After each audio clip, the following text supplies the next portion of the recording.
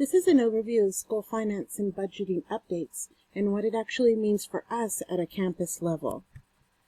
The first thing that we need to start looking at is exactly how is our school funded. I definitely would make sure to go ahead and share each of these pieces with my campus members.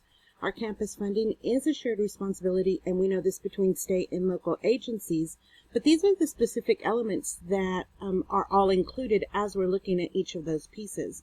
For our school programs, that would be each of the Tier 1 and Tier 2 pieces, our facilities, and then, of course, state aid for tax reductions. When we're looking at other state responsibilities, that's going to be instructional materials and teacher retirement. And then other sources of funding for budgeting would include taxes, investment, bond proceeds that we'll look at, and fees. And then our federal law and stipulations like No Child Left Behind and IDEA, as well as child nutrition. The way that I would present this to my campus is exactly why do these pieces matter to us as we're looking at them, and how do they matter to you specifically as a staff member? Ideally, I think that this overview should be focused on students because it is our students that are going to matter and contribute the most pieces as we look at budget funding. So let's go ahead and let's look at from a state aid piece. Our state, we know, is going to guarantee us $100 per student. So when we're looking at these 5 students right here, 5 students times 100 would give us $500. Minus that set local tax collection of $300, we know that for every 5 students, we would receive state aid of $200. Now, when we add just one more student, so now that 5 goes to 6, as we see a couple of kids here, we actually are looking at $600 of state aid minus that set local tax collection of $300. We now get $300 of state aid for every 6 students. So our students really matter. Adding just one more student in state aid, then that student is paid in full by just adding one more. So what does this information mean for us? I think that for us as campus members, and especially for teachers on campus, these are the pieces that I would focus in. When we're looking at students and students matter, are we really providing a successful and inviting school environment? How are we doing that? And what are the programs that we're currently funding to support student success and initiative for those people that are already attending our campus? And last but certainly not least, we need to look at and always scaffold back and spiral back to how does this information fit or align into our campus vision, our school goals, and of course our objectives. How is that going to align for success with all of our students? So let's look at that in reverse. We started with 5 kiddos. If we lose just one student, then that state aid is pulled back from all the way to 100. So just losing one student, the full cost of that student is subtracted from our state aid. I think that when I give this as a PD to my faculty, the important thing to remember is then if we look at how money is impacting us per student lost, what obstacles then are we facing in looking to keep every student enrolled in our school year? So we looked at in the slide 2 slides ago, how do we actually align our goals and align our visions to meet these needs? But then what other obstacles do we face in keeping every student enrolled in this year? A few of the things that I would address would be, of course, our dropout rates at our secondary level. So how are dropout rates affecting us? What about mobility rates? As a student moves from my campus to another campus, even within the same district, how is that impacting me? But certainly, how is it impacting me when our students leave our school district and go elsewhere? So how is that mobility factor affecting us? And then what unmet needs are our students facing as obstacles, and how is that impacting us? Are we losing kids because we're simply not meeting our needs? Bottom line, we must prioritize our programs and then identify these initiatives to address these obstacles, aka looking at how our budget and our finances are going to align with our school goals and our campus needs so that we can stretch every dollar that we have for student success. Because if students are the key, then we need to align everything with keeping them and our community needs met. Other factors and variables that affect our funding are going to be property values. So we know that the higher our property values, then of course the more that the state is going to generate as revenue. And so that's going to impact our funding as well. And then tax rates. So higher tax rates are going to increase our state costs and our local budgets. And then adversely, if property values go down or our tax rates go down, then that's going to impact us negatively. I think that the key for this, as we're looking at this with staff members, is connecting that then to our community. So how are we going about supporting our community? And then, of course, the parents and businesses of our community to keep them invested in our campus and keep these kids here where they need to be. As we look at foundational school programs, we know that we're looking at Tier 1, which is basically looking at our attendance rates and then our full-time employees or full-time students as we look at this. So we know that we generate income when we have full-time students here and when they're all here and we have high attendance rates.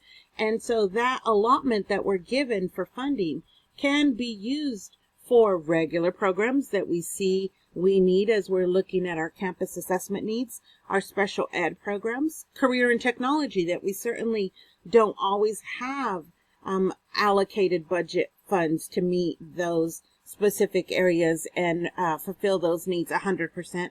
Our education that's going to be in bilingual or ESL, our compensatory education, our gifted and talented, and then any public education grants that we see that we can go ahead and meet the needs with that adjusted funding. Additionally, we can look at Tier 2, which we know is all about establishing systems of equality for our districts that are overfunded or underfunded. And then under our additional state aid for tax reduction, I think our main focus needs to be, when I'm addressing my campus, is looking at how does House Bill 1736, how does this affect you? One of the biggest pulls that we've had on our campus is with energy and reducing the amount of energy that we're using on our campus. And we are always getting updates on how much money we've saved by all of the initiatives that we've taken, such as unplugging everything during the holidays. We know right now is Thanksgiving, so we need to make sure that everything's turned off as much as possible to save all of that money so that we can go ahead and reallocate those budget funds where they need to be. When we're looking at facilities, you can see that this pie chart then looks at how we can project our future allocations into specific areas. So our fine arts, any of our tech services, our automotive industries, what we would call the building blocks of programs. So what are our necessary building blocks as we come about? And then how do we take care of our facility and our maintenance as we go forward? And that's important. So I think then that I would probably stop at this point and have our staff members collaborate with their table members as to how each of these pieces impact student success in their classroom. Because I think really taking it to the teachers and hitting home is where we're going to get the most bang for our buck, so to speak. I would also let them know that as they're table talking, the areas that we want to focus on are going to be student improvement programs. How are we creating and identifying, tweaking, and changing those improvement programs to meet the needs of all of our students? And then aligned curriculum. Is our curriculum aligned? What programs do we need to add? What programs do we need to reprioritize, etc.? And I think a great discussion could actually come from these pieces, because when we collaborate with our staff members and actually facilitate these conversations, then they feel intrinsically connected to making sure that all of our goals, our objectives, our vision, everything is just successful, which we know in turn is going to help us allocate and create a successful budgeting process. So one of the pieces that really hit home with me is out of our textbook is a successful budget anticipates, projects, predicts potential sources of income, program developments, financial deficits, potential areas of budget reductions or additions. And I think that this just fits into the proactive piece that we have for education in all aspects. And I think that the important piece for my campus members would be, how do each of you fit into the creation, the reflection or evaluation, and then of course the maintenance of a successful budget, looking at each of the pieces that we've looked at. The other piece then that we would need to look at is what are our updates according to TEA? What does TEA come out with as far as updates for budgeting and then accountability? And of course, as always, how does that affect my campus? So we know that the budgeting process according to TEA is threefold, meaning that we need to plan, we need to prepare, and then we need to evaluate. So you can see that I have this circle graph. This would be all of the pieces that the programs, etc., that I would allocate. And then as we're planning and preparing, then we would allocate these funds according to these different pieces. But I think so much of the budgeting process that would hinge on its success would be continuously monitoring it, staying on top of the accountability issues, looking back and reflecting on what are our bills, what's coming in, what are our expenditures, going out, and then what is our revenue that's coming in, and how is that balancing so that we can have a successful budget. Additionally, it's important that we look at the specific statements of our Texas education codes. And so I think that just to streamline this for our campus members so that they don't get bogged down and inundated with too much law, this is a great overall summary. We know that our budget development basis lists our superintendent as our budget officer, and then he needs to work interactively and collaboratively with our board of trustees. Our board of trustees president would call a public meeting. We know that it needs to be within 10 days of public notice in the newspaper.